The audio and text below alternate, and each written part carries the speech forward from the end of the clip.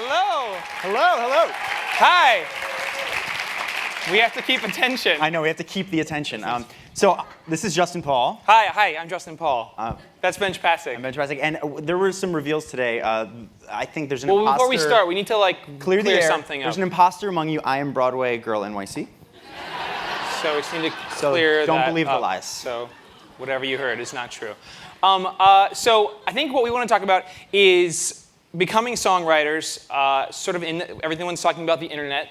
It's this new thing, guys. Check it out. It's crazy. Cool. Everyone's talking about the internet today and social media, and we want to talk about becoming songwriters in a digital age and what that's like growing up, really, and learning how to write songs and how it's affected the songs that we write. Yeah, and what it's like to be sort of millennial theater writers. So before we talk about the actual songwriting, we're going to tell you how we became songwriters in the first place. We actually went to school as musical theater majors. We went to study singing and acting and dancing. Yeah, and we became really good friends at Michigan because we were the two worst people in our ballet class. So what we would do is, you know, you have to do like the across... I know, you can't believe you're shocked. You have to do across the floors, and we were terrible at that. You know what this is? It's like horrifying. It's when you have to go one at a time across the floor in ballet class. And we couldn't remember like the French terms, like the pas de cheval, the pas de chaz, that's the hat one, whatever. Yeah. So we would run across the floor, and we didn't know when to do the leap, so we would just whisper to each other, run a little bit, jump. And that's how we, cemented our friendship. But then, sophomore year comes around, we're going to get the leads of City of Angels. Yeah, we're like, okay, we're not dancers, fine. We're going to be double threat, serious double threat, singing and acting.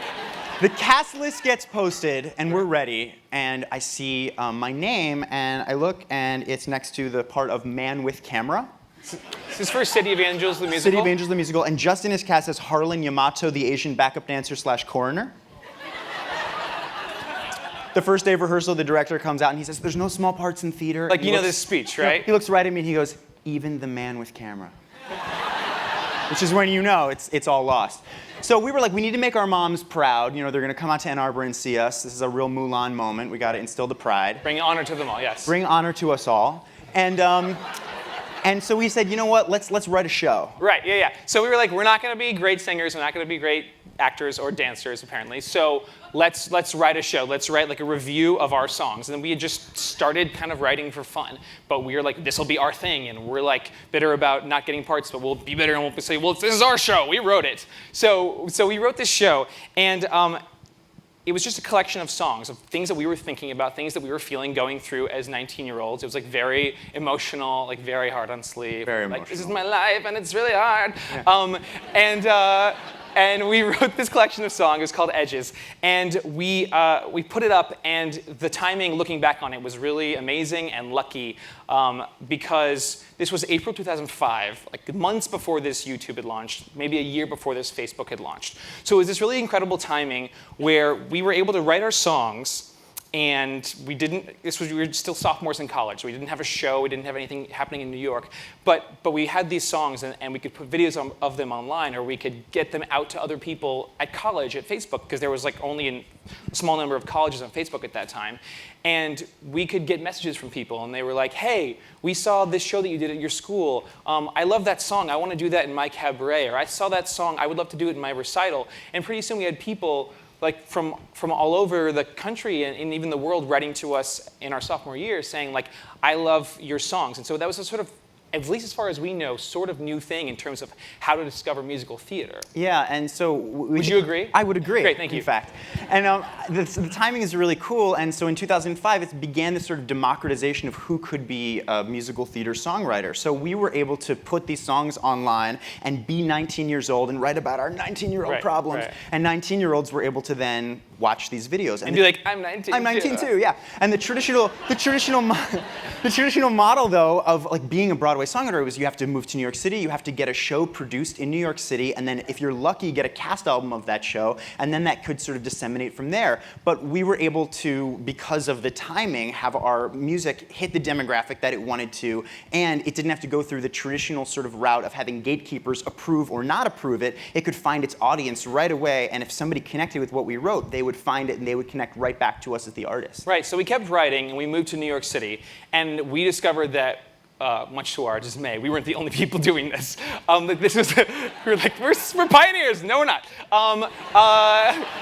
we moved to New York City and we realized like there was this whole sort of subculture of songwriters that was forming, and we were all like becoming these like little. Now, mind you, we were all set out to write musical theater and musicals. We realized we were all sort of becoming these like YouTube songwriters, and sort of here's what that looks like. So you write your songs that are like right from you, straight from you, what you're feeling, what you're thinking at that time, whatever you want to write about. It's very artist-driven. Yeah. So great, good point. Thank you. And then you get a great singer to sing your song. So you just get the most talented people you know. 2006, Shoshana Bean belting your songs, great. Watch the YouTube video. So then you book your concert venue. You go to Joe's Pub, you go to Ars Nova, you go to the Zipper Factory. Rest in peace. I know, right? So you go to one of these places, you put up your concert, you videotape it, you put those songs online, and then like immediately you get a few things. You get feedback, people saying, this is awesome, I love this song, this is great. Where can I hear more of this? You get people writing to you from like Kansas to Tokyo. Somebody just made a YouTube video singing a song of ours from Tokyo last week, and it's crazy. Yeah, so people writing to you saying, hey, I love this music, and can I buy sheet music to it? So suddenly you're like, oh, okay, this is really cool. So I have an income stream.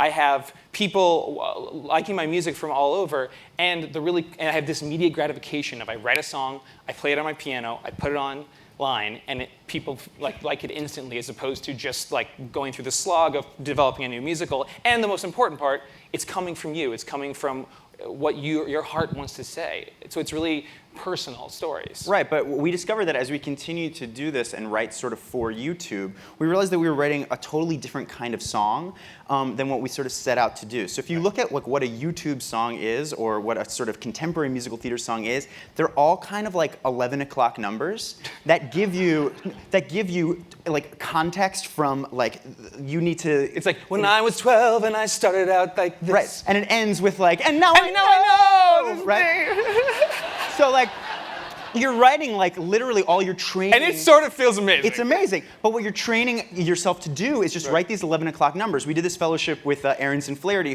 they said, you guys have a lot of potential, but you guys are writing songs that go from A to Z. And in musical theater, it's a whole other skill set to learn how to write a song that just goes from A to B and that just serves its place in the story. And it's sort of a harder skill, because it's like, how do I engage the audience? Sorry for that term. But how do I... how do I sort of keep this attention? Oh my gosh, you guys, themes. How do I hold their attention for like 4 minutes in this one moment, right? I can tell a life story in a way that's easier. It's a lot harder to say, I need this character to go from here to here because we're on a full 3-hour journey. How do I write the whole song that tells that moment? So like we're gonna really go out on a limb here and use a sports metaphor. Guys. Okay. But it's kind of like basketball. Yeah. You guys know what that is? Anybody? Do we know what that is? I don't know. No. But we were thinking about it. We were like, how can we make this about sports? So we were thinking about that golf thing killed. So I know. I know. We got to go with it. Yeah. So we were thinking about it like it's sort of like training to be like a great free throw shooter. You know what I mean? Like it's sort of like in that moment, it's like a controlled environment, and so you shoot your free throw, you swish it like 2 points. Everybody, congratulations, great job, whatever. Get that validation. Right. It's like that immediate thing, but like you're not playing that validation. It's important. Hey, but then you have to actually go into a basketball game and you don't know how to play. You know what I mean? Right. And I guess what we started to focus on was we said we need to get our stuff off of just writing for this YouTube model, and we need to begin to write shows. And right. That became a huge difference. Yeah, and I think like if we're talking about like what's the best Broadway can be, how can Broadway be better? Like along those same lines, one of the things that we feel like we hear a lot as songwriters is that like always gets us like, oh, why is it like this? We hear people being like, where are the original stories on Broadway? Where are the original voices on Broadway? Where are the original scores on Broadway? Like, what are you guys doing? Who's writing this?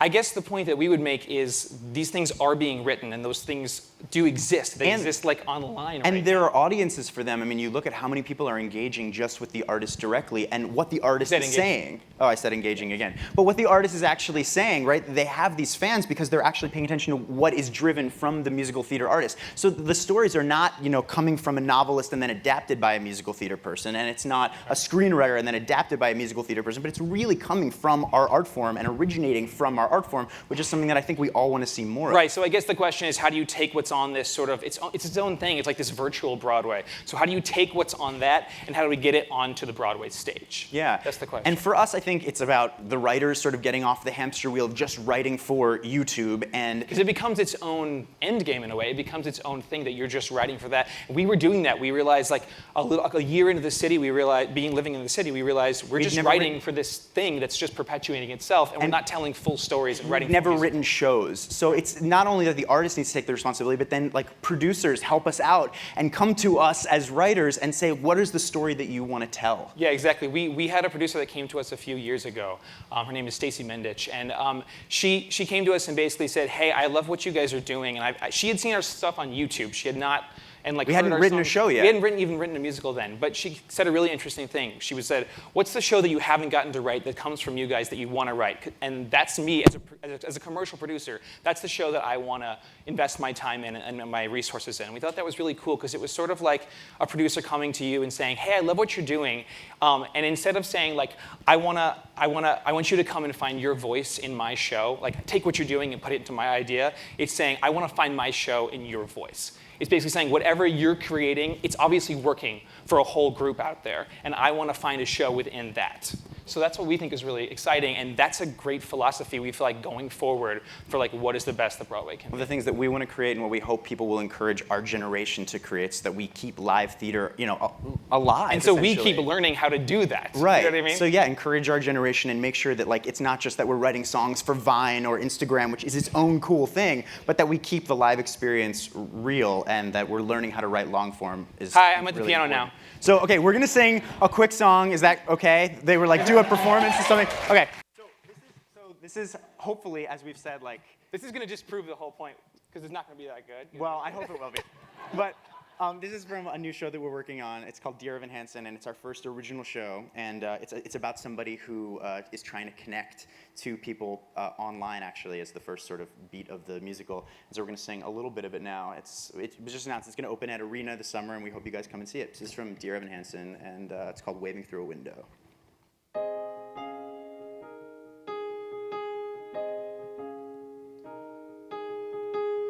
I've learned to slam on the brake before I even turn the key, before I make the mistake, before I lead with the worst of me.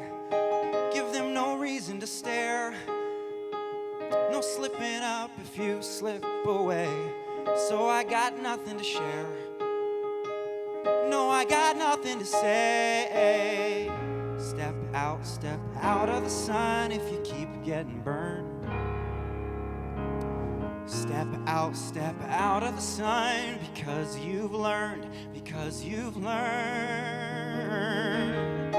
On the outside, always looking in, will I ever be more than I've always been? 'Cause I'm tapping on the glass, waving through a window. I try to speak, but nobody can hear, so I wait around for an answer to appear while I'm watching people pass, waving through a window.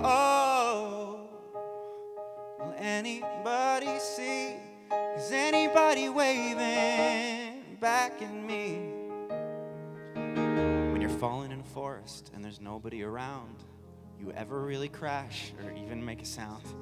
When you're falling in a forest and there's nobody around, do you ever really crash or even make a sound? When you're falling in a forest and there's nobody around, will you ever really crash or even make a sound? When you're falling in a forest and there's nobody around, do you ever really crash or even make a sound? Will I ever make a sound? It's like I never made a sound. Will I even make a sound? Will I ever make a sound? On the outside, always looking in, will I ever be more than I've always been? While I'm tapping on the glass, waving through a window. I try to speak, but nobody can hear, so I wait around for an answer to appear while I'm watching people pass, waving through a window. Can anybody see? Is anybody waving back at me? Oh, oh.